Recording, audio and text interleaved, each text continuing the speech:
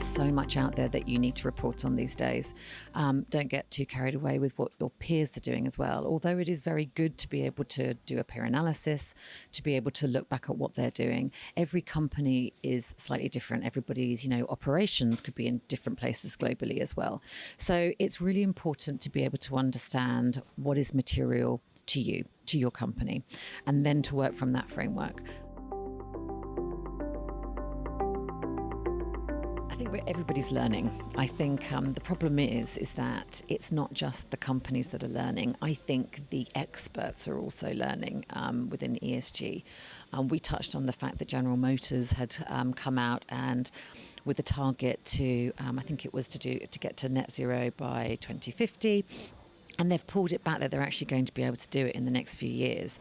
And I think the biggest mistake that a lot of companies are doing is that they feel pressured into joining into targets, to signing up for things that they don't actually understand themselves. I think what companies need to be able to do is to really, really understand their own risks, the impact that they have on the environment and socially, and the impact that environment and socially has on them as well. And once they understand that flow, then they can understand the risks and the opportunities, and they don't need to get ahead of themselves and start setting targets when they don't understand the data themselves. And I think as long as they're showing to the market that that's what they're doing, then the market will forgive them for the time that it takes them. I think there's a lot of regulation in play, and some of the bigger companies are going to be held by them. So, the net zero, there's going to be some sustainable directives that are coming out from Europe as well that are going to look at the bigger companies. But I think, as I mentioned on the panel, one of our clients it's a large company in Europe, and they mentioned, well, one of the investors said to them, why haven't you signed up to this directive? And they said that that's because they haven't done the due diligence. They don't know whether it's going to be financially or operationally good for their business, and they haven't got the answers on how it's going to affect them. And I think that's something that everybody needs to go back and do. They need to look at any of the targets that they do as to whether it is actually material for their company. So, for instance, I think on our panel there was Hayes. If he's talking about targets that people want to see around water consumption, he was saying that that's not as appropriate. Whereas probably the workforce directives, they're actually far more important for a company like that because it's all about the people. So I think look at the targets that are relevant to your company, but don't feel as if you have to create them just for creating's sake. They have to showcase your financial and your operational performance, and I think that's what's key. So I think there's a lot of people in a company that deal with ESG, and sometimes the IR person is just disseminating information from elsewhere.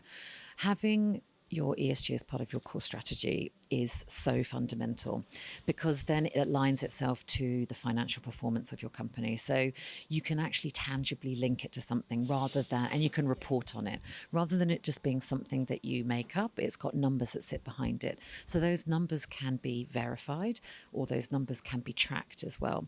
So one of the things that I mentioned before about SASB, if you're using frameworks to go from, then the investor community can understand where your reporting comes from. Then to be able to put it somewhere in a way that can be ingested. So what you want to be able to say is, these are the issues that we have. This is what we're going to be doing about it. Or this is the state of play. This is what we're going to be doing about it. And then this is how we're going to track it. That type of process means that greenwashing is less likely to happen, because you're not skirting over issues. You have actually backed it up with some data. And I think that's what's going to be more prevalent going forward. I think also understanding that there are metrics that you look at now versus how your company is going to affect your environment and your social going forward.